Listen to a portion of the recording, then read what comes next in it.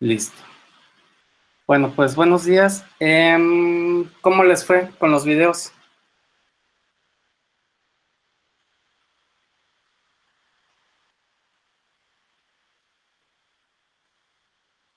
¿Alguien?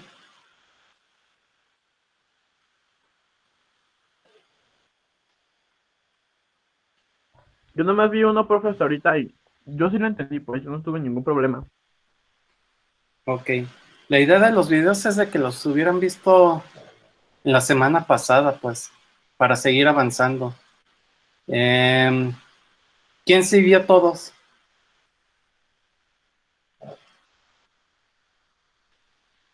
Eran los de Niskis, ¿no? Nyquist, ajá, que es propiamente muestreo y cuantización.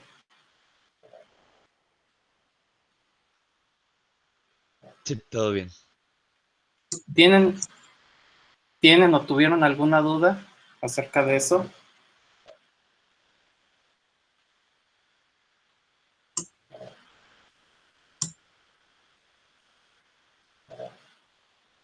¿Dudas algo? En verdad, no, en verdad sí son muy claros. Ok. Entonces, en este momento ya saben cuál es el criterio de Nyquist.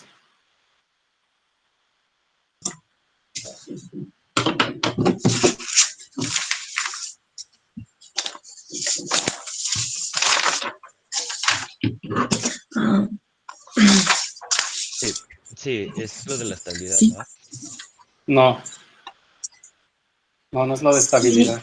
sí, era que para hacer el muestreo de una señal o para tomar las muestras se tenía que tomar en un valor 2 veces mayor al de la frecuencia máxima. ¿Sí era ese? Es correcto. Ujú. Este, a ver, entonces, por ejemplo, si habláramos de una señal de audio en donde típicamente el ser humano escucha hasta 20 kilohertz más o menos, ¿ustedes a qué frecuencia de muestreo estarían trabajando esa señal de audio? De 40 kilohertz más arriba. Exactamente, de 40 kilohertz o más, ¿no? Em, a ver, por ejemplo, si les dijeran que tienen una señal eléctrica cuyo espectro de frecuencia, su frecuencia máxima es de 5 megahertz, ¿cuál sería la frecuencia de muestreo adecuada para esa señal?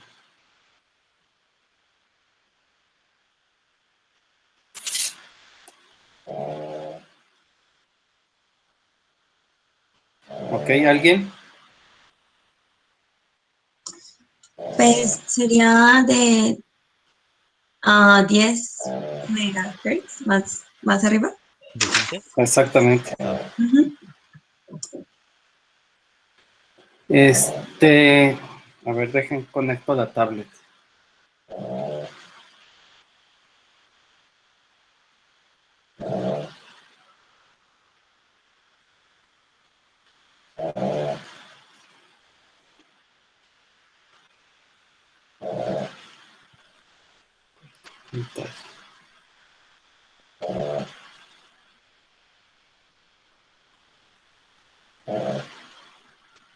Ok.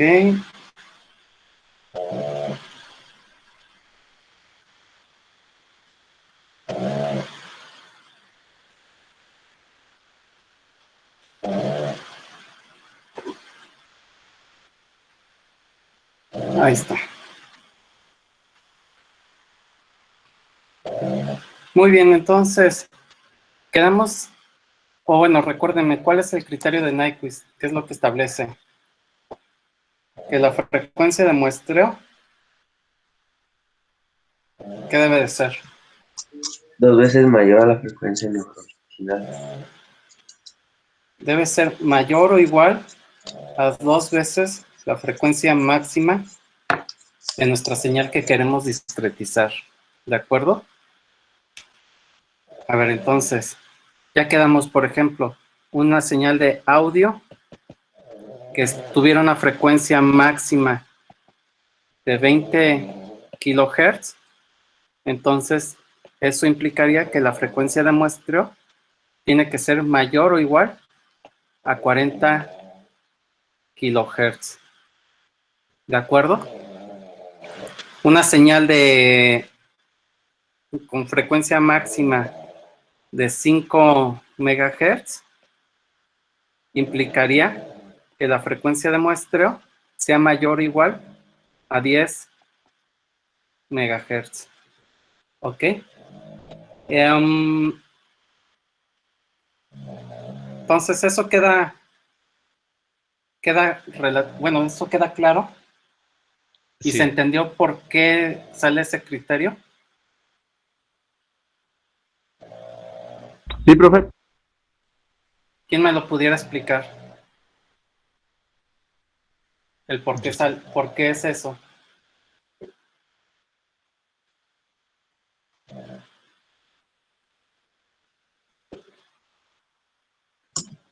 Bueno, ver, no ¿quién dijo yo? recuerdo, no Ujú. recuerdo muy bien, pero creo que tenía que ver con el hecho de que si trabajaba en una frecuencia más alta o igual al doble, se podrían tomar más muestras o más puntos de la señal y con eso se podría reconstituir de manera correcta sin perder información.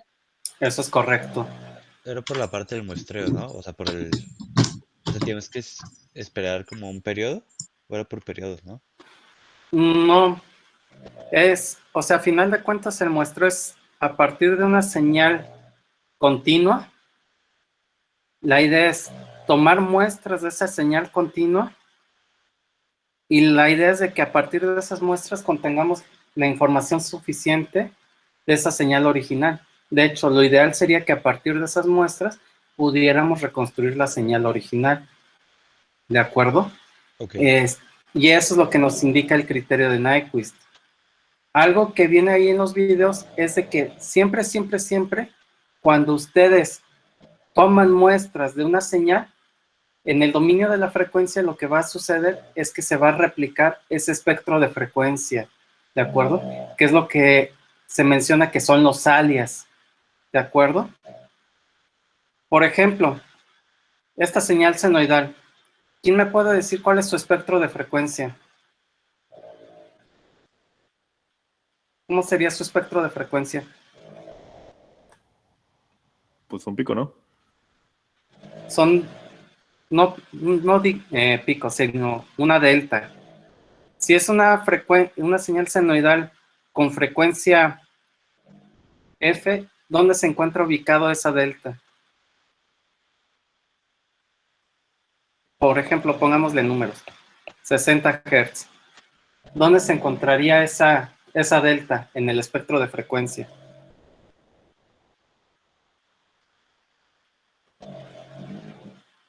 A ver. Eso me imagino que lo vieron. Tuvieron clases de Fourier, ¿no?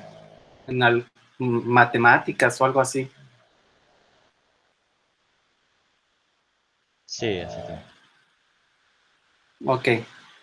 Bueno, por si no lo recuerdan, esa señal senoidal, si ustedes le sacaran la transformada de Fourier, presentaría dos impulsos, uno ubicado en 60 y otro ubicado en menos 60 Hz. ¿De acuerdo? Si recuerdan las señales, la transformada de Fourier de señales siempre va a tener frecuencias positivas y negativas. En el caso de señales que son puramente reales, el espectro de magnitud siempre va a ser simétrico par. ¿De acuerdo? Ahora bien, ¿qué quiero llegar con esto? Si ustedes tomaran muestras de esa señal senoidal, lo que estaría ocurriendo es de que todo este espectro, esto que voy a encerrar en azul, se estaría replicando. ¿Dónde se replicaría? Alrededor de la frecuencia de muestreo. Supongamos que la frecuencia de muestreo fuera 200 Hz. ¿De acuerdo? Entonces, este espectro se replicaría alrededor de los 200 Hz y múltiplos de 200 Hz. Entonces veríamos de nuevo este espectro que estamos observando, bueno, aquí en 200 menos 60, que sería en 140 Hz, y 200 más 60, bueno, por acá, 260 Hz. Y así se iría hacia el infinito, ¿de acuerdo? Entonces lo que estaríamos viendo sería múltiples copias del espectro original, ¿de acuerdo? Esas múltiples copias es lo que nosotros conocemos como alias.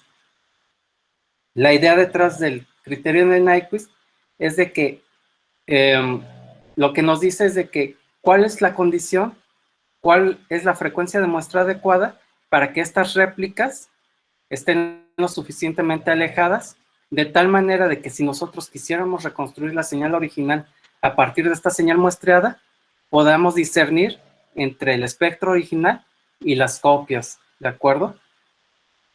De hecho, la manera de poder reconstruir, como se menciona en el video, es aplicando un filtro pasabajas, ¿no? En donde nomás dejaríamos pasar el espectro original y desecharíamos las copias. Pero la manera de lograr eso es de que esas copias, esos alias, estén lo suficientemente alejados unos de otros para poder distinguirlo, ¿de acuerdo? Todo está en el dominio de la frecuencia. Entonces, esto es sumamente importante porque ese criterio nos va a decir cuántas muestras debemos de tomar de una señal para poder trabajar con ella y tener la información necesaria para poderla reconstruir posteriormente, ¿de acuerdo? Si no cumplimos con ese criterio de Nyquist, entonces se va a presentar un fenómeno que se conoce como aliasing, y lo que va a suceder es de que la señal que vayamos a reconstruir va a ser una totalmente distinta a la señal original, ¿de acuerdo? ¿Sí? Sí, profe. Simón. Oiga, profe, ¿sí puede que me lo explique otra vez? Es que como que no me quedó muy claro. Ok. A ver. Vamos de nuevo. Si imaginemos una señal en el dominio del tiempo, cualquiera que ustedes quieran. ¿De acuerdo? Tiempo, amplitud. Una señal continua. Esta señal continua, nosotros la queremos procesar en el dominio, bueno, digitalmente. Lo que estaríamos haciendo sería tomar muestras de esta señal continua. ¿De acuerdo? Ahora bien, aquí la pregunta sería, ¿qué tan próximas deben de estar estas muestras para que a partir de esas muestras podamos conocer el comportamiento total de toda la señal? Por ejemplo, esa que yo dibujé, si tomara una sola muestra no podríamos reconstruir la señal original. ¿Están de acuerdo? Sí. Si tomamos dos muestras, tampoco. O sea, ¿cuánto es la separación que debe de existir entre muestra y muestra? Esta separación es el periodo de muestreo y su inverso es la frecuencia de muestreo. Entonces, la pregunta es, ¿cuánto debe de ser la frecuencia de muestreo? Y eso es lo que nos dice justamente el criterio de Nyquist. Ok, entonces, para poder comprender el criterio de Nyquist, veamos qué es lo que sucede con la señal cuando la muestramos, pero hagamos el análisis en el dominio de la frecuencia. En principio, si le sacáramos el espectro de frecuencia a esa señal continua, imaginemos por el momento que su espectro de magnitud tiene esta forma, ¿de acuerdo? Al tratarse de una señal real, la que les estoy dibujando ahí, nosotros sabemos que su espectro de magnitud es simétrico par, es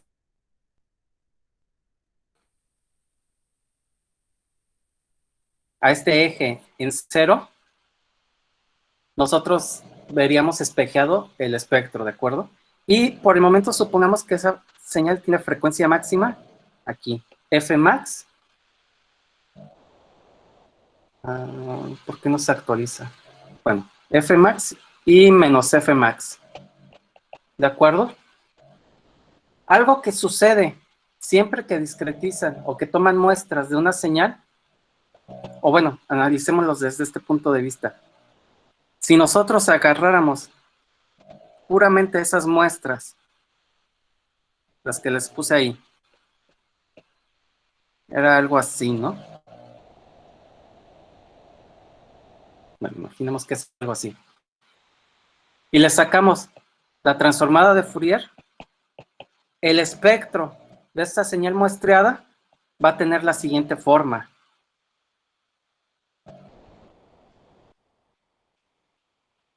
Van a ser múltiples réplicas del espectro original. Ese que dibujé en azul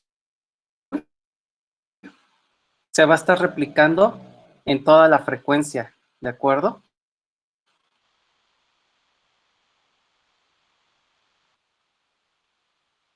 ¿Cuánto va a ser la separación de aquí a acá? A ver, espérenme un momento. Vamos. Ahí está. La separación que va a existir entre esos dos puntos que puse va a ser Fs, ¿de acuerdo? O sea, la frecuencia de muestreo.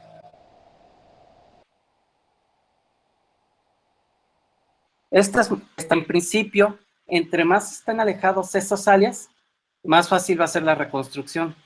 ¿Por qué? Si a esta señal muestreada le aplicara yo un filtro pasabajas,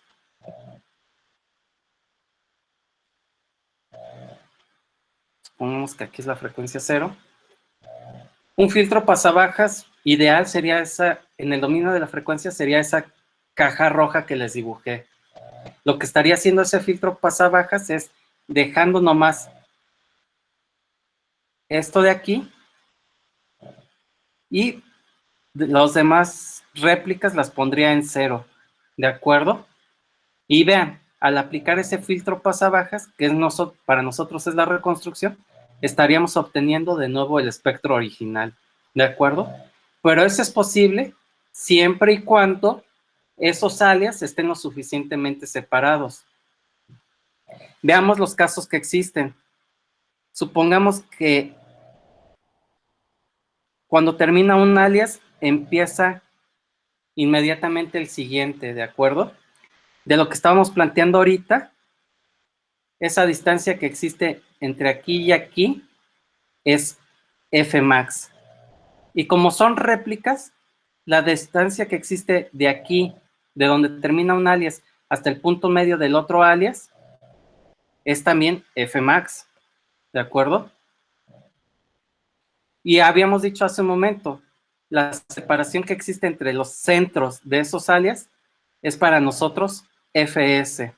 Entonces, el caso crítico es cuando Fs es igual a 2Fmax. Si cumplimos con ese criterio, estarían pegados los alias, pero teóricamente podríamos reconstruir la señal, ¿de acuerdo? El caso holgado sería, por ejemplo, cuando Fs es mayor a 2Fmax, que gráficamente en el dominio de la frecuencia lo veríamos como algo así. O sea, las réplicas estarían más espaciadas. De aquí a aquí es Fs y Fmax es de aquí a aquí. Fmax. Entonces, vemos que ahí ese es el caso más holgado y podríamos hacer la reconstrucción más adecuadamente. Les menciono, la reconstrucción es aplicar un filtro, teóricamente un filtro pasabajas, ¿no? Ideal, para eliminar todos los demás alias que no deseamos. Entonces, eso es a lo que se refiere el criterio de Nyquist. Si no se cumple con el criterio de Nyquist, lo que va a suceder es que las réplicas se van a empalmar unas con otras, dando como resultado una señal tal vez algo así como lo que estoy dibujando en verde. No sé, algo por el estilo. Y si quisiéramos hacer la reconstrucción, como les mencionaba, se tiene que aplicar un filtro pasabajas y vean que esta sección del espectro, que es la que estoy redibujando en azul, es totalmente distinta al espectro original, ¿no? Bueno, lo que teníamos acá arriba. de tal manera de que el resultado o la señal ya reconstruida sería totalmente distinta a la señal original. Y eso se cumple cuando la frecuencia de muestreo es menor a 2f max. ¿De acuerdo? Que es el caso que debemos de evitar nosotros. Ustedes, si quieren digitalizar una señal, siempre tienen que asegurar que la frecuencia de muestreo sea mayor o igual a 2 veces la frecuencia máxima de la señal con la que están trabajando. ¿Queda un poco más claro? Sí, profe, ya ahora sí. Sí, Ok. profe. En el video les mencionaba ejemplos de cuando no se está trabajando con la frecuencia de muestreo, bueno, con el criterio de Nyquist. Y nomás para retomarlos aquí, ustedes cuando ven una película y que la cámara está enfocando las llantas de un carro, no sé si han observado que en algunas ocasiones se ve como que las llantas giran en sentido contrario o giran, o se percibe como que giran más lento. ¿Sí se han fijado en eso? Un Sí, un poco poquito. como lo que explicó del helicóptero, ¿no? Sí, profe. Exactamente. Y ese es justamente un ejemplo en donde no se está tomando en consideración, o bueno, donde no se cumple el criterio de Nyquist. ¿Por qué? Si nosotros quisiéramos muestrear esa imagen adecuadamente, tendríamos que tomar, bueno, nomás para ponerlos en contexto, una película, un video, una película, es una secuencia de fotos, ¿estamos de acuerdo? En el cine típicamente son 24 fotogramas por segundo. Entonces, si nosotros quisiéramos reconstruir adecuadamente el giro de las hélices del helicóptero, tendríamos que tomar, supongamos que está girando a 1000 revoluciones por segundo. Nosotros tendríamos que tomar por lo menos 2000 fotogramas o 2000 fotografías por segundo, ¿de acuerdo? Lo cual no se cumple con los criterios, o bueno, con la cantidad de fotografías que se toman para ¿cómo se llama? Para el cine, ¿no? Que puede ser 24 imágenes por segundo, o 60 imágenes, o 120, etcétera, ¿no? No se cumple. ¿Qué es lo que está sucediendo ahí? Estamos submuestreando, es decir, no estamos cumpliendo el criterio de Nyquist, y es por eso que la señal que nosotros percibimos, nosotros en nuestros ojos estamos llevando a cabo esa reconstrucción de la imagen, y es por eso que la reconstrucción de la imagen que estamos llevando a cabo hace que nosotros percibamos como que la imagen o como que las hélices están estáticas o están girando en sentido contrario, etcétera. ¿De acuerdo? Por eso es justamente por el hecho de que no estamos cumpliendo con el criterio de Nyquist. Otro ejemplo en donde se aprovecha uno del que no se está cumpliendo con el criterio de Nyquist es con el truco de magia. No sé si han visto alguna vez de que ponen que gotee una llave, lo que sea, y con una luz estrobo hacen que se perciba como que la gota está subiendo o que se mantiene fija en el espacio, etcétera. ¿Lo han visto alguna vez? Sí, Ahí justamente profe. la luz estrobo es la que está haciendo que estemos muestreando, por decirlo de alguna manera, ya que ilumina en cierto instante de tiempo y eso es lo que nosotros percibimos, ¿de acuerdo? Si nosotros quisiéramos reconstruir fielmente la caída de esas gotas de agua, deberíamos estar aventando esa luz estrobo al doble de la velocidad con la que caen esas gotas. Para no cumplirse eso, estaríamos trabajando por debajo del criterio de Nyquist.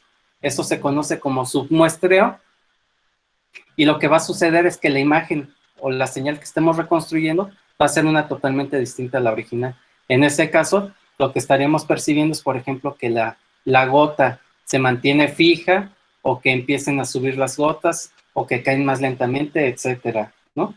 Pero eso es justamente debido a que no cumplimos con el criterio de Nyquist. ¿Ok? ¿Alguna duda de esto? Todo bien, profe. Es muy importante que estos conceptos les queden totalmente claros porque esto va a ser el fundamento de toda la materia, o bueno, uno de los criterios más importantes de la materia, ¿de acuerdo? Entonces, ¿queda totalmente claro? Sí, profesor.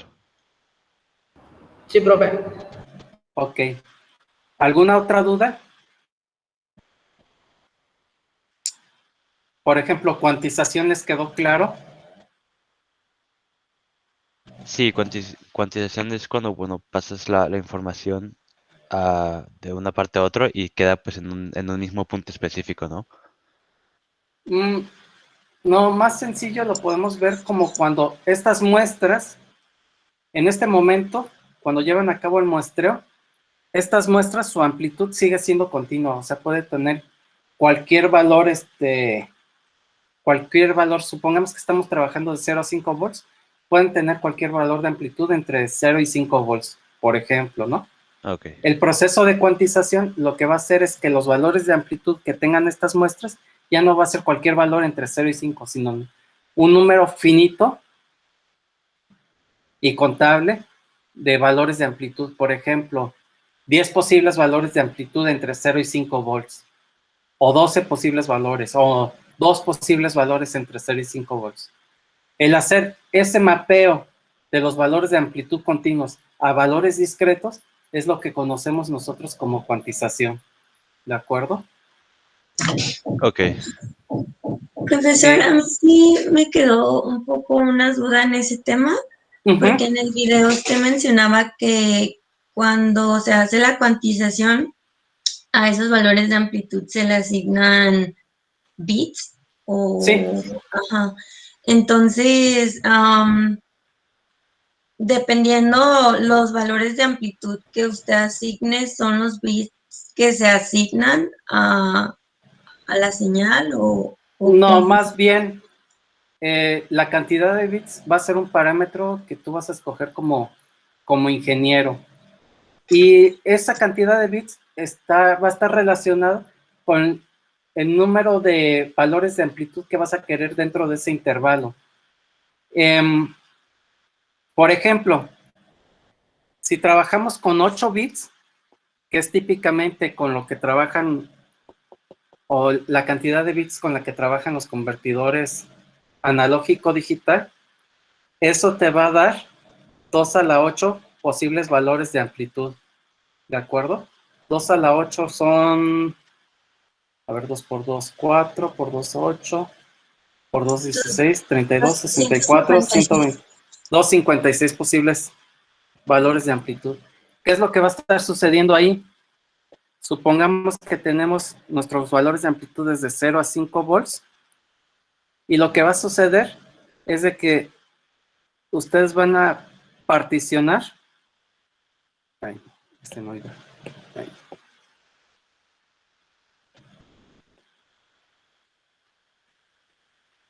Ok. Van a empezar a particionar, ¿no?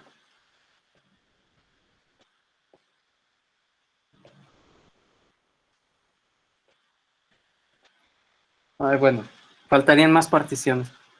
Aquí el detalle es de que van a empezar a particionar esos valores de amplitud de tal manera que si una muestra cae dentro de este segmento, bueno, supongamos que el primero, lo va a asignar a un solo punto de ese segmento y a ese valor de amplitud le va a asignar la palabra binaria 000, la cantidad de bits que fuera necesario. Supongamos que son 8 bits. 8 bits. Si una muestra, por ejemplo, cae hasta por acá, es decir, que cae dentro de este intervalo, entonces esa muestra de amplitud, que es continua en este momento, la va a asignar a un punto intermedio de ese intervalo y posteriormente le va a asignar una etiqueta binaria, por ejemplo, la 1, 1, 1, 1, van 3, 5, 6, 7, por ejemplo, esa muestra, ¿no? O esa palabra. Aquí a lo que quiero llegar con esto es a lo siguiente. Dependiendo de en qué segmento cae la muestra, es la palabra binaria que se le asigne. ¿de acuerdo? Si tienen más bits, van a hacer una partición más fina de ese rango de valores de amplitud que tienen, ¿de acuerdo? Por ejemplo, 8 bits van a tener 256 particiones. Si tienen 4 bits, nomás van a tener 16 particiones, ¿no? Y con el, ¿cómo se llama? Y a menos bits van a tener la penalización de que van a tener mayor error de cuantización, ¿no? Lo cual es algo que ya no pueden, ahí sí van a tener pérdida de información, ¿no? O sea, la cuantización siempre conlleva pérdida de información, de tal manera de que a menor número de bits, es decir, a menor número de intervalos, mayor pérdida de mayor error de cuantización van a tener, ¿de acuerdo? No sé si quedó un poco más claro. Sí, profe. Ujú, gracias. Eso es sumamente importante. Mientras el criterio de Nyquist, siempre que nosotros lo cumplamos, esas muestras van a reconstruir fielmente nuestra señal original, siempre y cuando los valores de amplitud de esas muestras se mantengan como continuos, pues. Sin embargo, la cuantización siempre va a conllevar, ¿cómo se llama? Pérdida de información, es decir, van a tener un error debido a la cuantización, ¿de acuerdo? Y eso no lo pueden evitar. ¿Cómo pueden minimizar ese error de cuantización? Incrementando el número de intervalos, y eso se logra incrementando el número de bits que asignan para etiquetar cada uno de esos intervalos, ¿de acuerdo? En el video les mencioné, ¿no? El ejemplo, creo, más claro de eso es una imagen. Por ejemplo, una imagen en escala de grises, cada píxel, si lo guardan en formato BMP o algo por el estilo, cada píxel se guarda con 8 bits, ¿de acuerdo? Eso les da como resultado que puedan representar 256 posibles niveles de grises, ¿de acuerdo? Y con eso, si ustedes toman una imagen en escala de grises, van a percibir de manera adecuada los detalles, ¿de acuerdo? Sin embargo, si ustedes modifican la cantidad de bits con la que pueden representar cada píxel, por ejemplo, que pasen de 8 bits a 4 bits, si pasan a 4 bits, nomás podrían representar 16, sí, 2 por 2, 4 por 2, 8, sí, 16 posibles niveles de grises, ¿de acuerdo? Entonces, si ven una imagen a 16 niveles de grises, ahí ya perderían más información. ¿Están de acuerdo? Se parecería menos a la imagen original. Y eso es debido a esa pérdida, debido a ese error de cuantización, ¿de acuerdo? El caso crítico es, por ejemplo, cuando cada píxel nomás lo pueden representar con un bit, que sería un 1, por ejemplo, que representa el píxel en blanco, y el 0 que representa el píxel en negro. Si toman una imagen con esa resolución, por decirlo de alguna manera, entonces la imagen que obtengan va a ser en blanco y negro totalmente, y van a perder muchísima información, ¿no? O sea, no se va a parecer, tal vez no se parezca en mucho esa imagen en blanco y negro a la escena original, ¿de acuerdo? Pero es debido a esa pérdida de información que conlleva esa cuantización. ¿Ok? Sí, profe. Sí, profe. Y bueno, aquí como punto importante, ¿cuál es el valor adecuado de, ¿cómo se llama? De cantidad de bits para representar cada muestra? Y ahí la respuesta se las va a dar justamente su aplicación. Por ejemplo, para aplicaciones tal vez de control o algo por el estilo, 8 bits puede ser que sea más que suficiente, ¿no? Posiblemente para una, ¿cómo se llama? Para procesamiento de audio, tal vez 12 bits sea más adecuado. Para imágenes, 8, 12 bits, no sé, dependiendo. Tal vez para una imagen médica sea más adecuado mayor cantidad de bits, ya que una pequeña variación en la tonalidad de una imagen médica pudiera representar una cosa u otra, etcétera, ¿no? Entonces, ahí, ¿cuántos bits necesitan para representar cada muestra? Se los va a dictaminar su ¿cómo se llama? Su aplicación, ¿ok? ¿Alguna otra duda?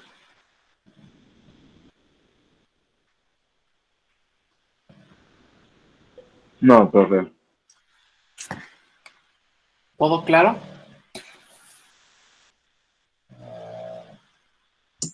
¿Sí? Sí, todo bien. A ver, los demás. ¿Dudas de los demás? Todo bien. Todo bien, No, profe. profe, me Todo bien, duda. profe. Ok. Todo bien, profe. De hecho, no les he subido, de hecho, todavía la primera actividad, la que ya, o bueno, tiene un mayor peso para la calificación final. En esa primera actividad, ustedes lo que van a tener que hacer es, bueno, si hubiéramos estado en presencial, lo que hubieran tenido que haber hecho es haber conectado, o bueno, haber trabajado con un convertidor analógico digital, con un micro y posteriormente con un convertidor digital a analógico. Y jugar con los parámetros o sea, con la frecuencia de muestreo y con la cantidad de bits para representar cada muestra. Y de esa manera, al observar la señal reconstruida, observar pues que se cumplen esos fenómenos que estamos mencionando ahorita, ¿no? O sea, por ejemplo, si no se cumple con el criterio de Nyquist, observar que la señal reconstruida ya no se va a parecer a la señal original, ¿no? Y observar, por ejemplo, que si ustedes manejaran menor cantidad de bits para representar las muestras, lo que estarían observando sería la señal reconstruida que estarían observando, se parecería menos a la señal original, ¿no? Por ejemplo, de hecho, eso posiblemente ya lo han observado, o sea, cuando ven la señal de salida de un convertidor digital analógico, observan una señal de escalera, ¿no? O sea, ven como escaloncitos. ¿Sí lo han visto? No, profe. ¿Nunca han trabajado con un convertidor digital analógico? No, profe, yo no. Ok, No. bueno, en esa práctica hubieran visto eso, pues, por ejemplo, la señal reconstruida, observarían una señal de escalera. Por ejemplo, en vez de ver una señal senoidal, empezarían a ver como escaloncitos que se aproximan a esa señal senoidal. Entre mayor resolución tenga su convertidor digital analógico, la altura de esos escalones sería cada vez menor, pues. Ahora bien, debido a que no se pueden llevar a cabo las prácticas de forma presencial, esa primera actividad se las pediría que la hicieran, ¿cómo se llama? Simulado, en Simulink con ¿cómo se llama? En el simulador de su preferencia, simulador de electrónicos de su preferencia, ¿no? Ahí la idea es lo que les piden en la práctica, pero todo simulado y observar esos fenómenos que que estamos comentando en este momento, ¿no? Subiría yo creo esa actividad entre hoy y mañana, para que ¿cómo se llama? Para que trabajen en ella. En esas sí pueden, esas actividades, las que tienen mayor peso con ¿cómo se llama? En la calificación final, esas sí las pueden trabajar en equipo, trabajando obviamente de forma remota entre ustedes, ¿no? Entonces, se las subiría entre hoy y mañana, y para que la empiecen ¿cómo se llama? A trabajar.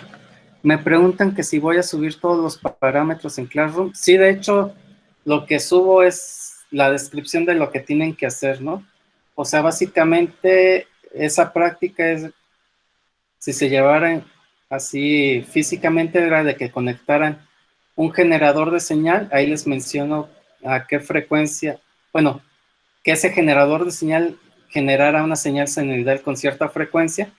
Eso se lo inyectaran a su convertidor analógico a digital, se los pasaran a su micro y a su micro se lo comunicara al convertidor digital analógico y conectaran el osciloscopio al convertidor digital analógico.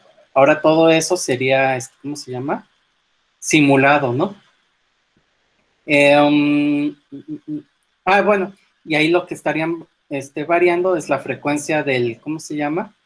La frecuencia de esa señal senoidal para ver en varios casos, o sea, cuando están trabajando con el criterio de Nyquist, cuando trabajan más allá de la frecuencia de Nyquist, o sea, 2 veces la frecuencia máxima, y cuando trabajan por debajo de la frecuencia de Nyquist, ¿no? Es decir, si metieran una señal de 60 Hz, una señal senoidal de 60 Hz, por ejemplo, ¿cómo se vería la señal reconstruida si tomaran muestras a una tasa de 60 muestras por segundo, ¿no?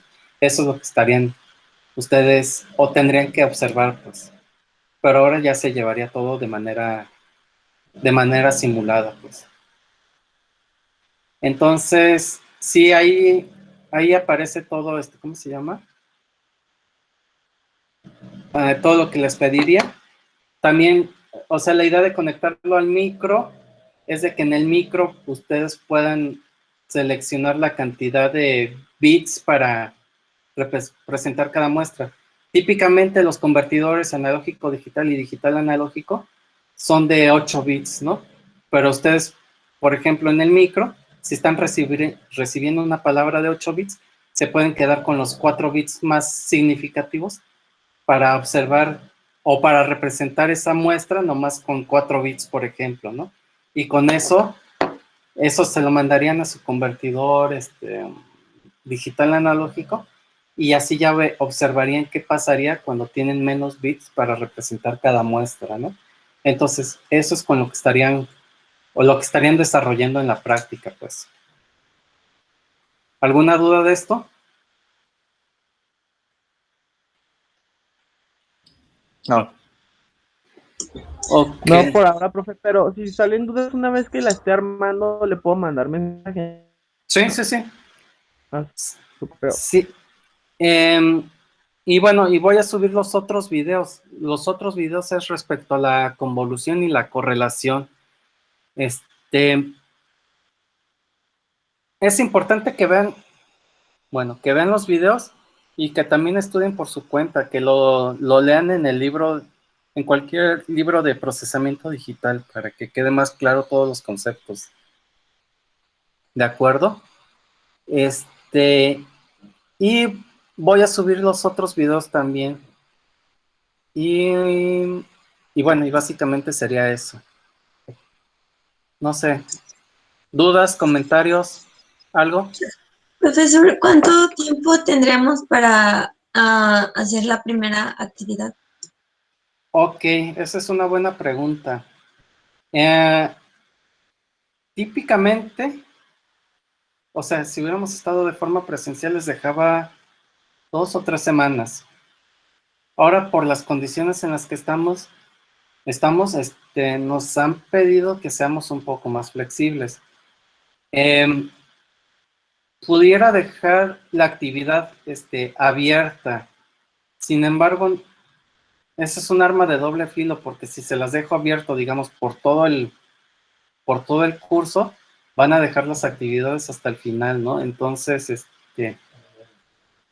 aquí mi sugerencia o lo que podríamos hacer es sí dejarlo abierta, pero ustedes fíjense un plazo como de 2 o 3 semanas para ¿cómo se llama?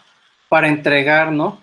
Porque si no, si se les junta todo al final, sí se les va a complicar bastante todo, ¿de acuerdo?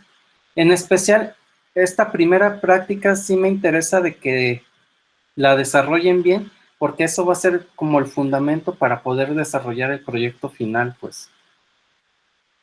Entonces, quedaría abierto por todo el curso, pero ustedes fíjense un plazo, por ejemplo, de 2 o 3 semanas para entregar. ¿Ok? Ok, muchas gracias. ¿Alguna duda o algún otro comentario? No, perfecto, por ahora todo muy claro. Bueno. ¿Qué tal les parece esta dinámica de 2 sesiones ustedes trabajan por su cuenta y una sesión así virtual? A gusto, más tranquilo. Ok, entonces podríamos seguir con la misma dinámica. Como tal, ¿Sí? Dime. No, digo que sí, sí podíamos. Ok, entonces como tal, la próxima sesión de preguntas y respuestas, nos quedaría el jueves de la próxima semana. Es importante que vean los videos y lean para que justamente resolvamos, o sea, y vengan ustedes con dudas y las resolvamos aquí, ¿no? Entonces, sí les voy a pedir que sí, pues vean el video, lean, etcétera, ¿no? Y de hecho, los siguientes temas es convolución. Sí, convolución y correlación. Ahí también les pediría de que por su cuenta también hagan algunos ejercicios para reafirmar ese concepto de convolución, que es una operación entre señales, que es simple, entre comillas. Lo único es de que o sea, necesitan agarrar experiencia para que les salga la operación, ¿de acuerdo? Y eso nomás se logra haciendo ejercicios, pues. ¿De acuerdo? Ok. Ok. ¿Alguna duda, comentario, algo? No por ahora, profesor. ¿No? No, no. Bueno, entonces, si no hay algún otro comentario o duda, podríamos, si gustan, podemos pararla por el día de hoy aquí. De todas maneras, este video lo voy a subir en YouTube y ya se los indico en Classroom, pues, para que vean el link de este video, ¿no? ¿De acuerdo? Sí, De profe. acuerdo. Sí, profe, de acuerdo. Bueno, entonces, si no hay otra cosa, pues aquí le paramos. Pues que Bye, estén profe. muy bien. Bye. Gracias, profe. Buen día. Síganse cuidando. Igualmente, Gracias, buen profe. día. Al profe. Hasta luego. Profe, gracias. Bye. Hasta luego. Gracias por la Gracias, explicación, profe. profe, que tenga buen día. Igualmente, que estén muy bien.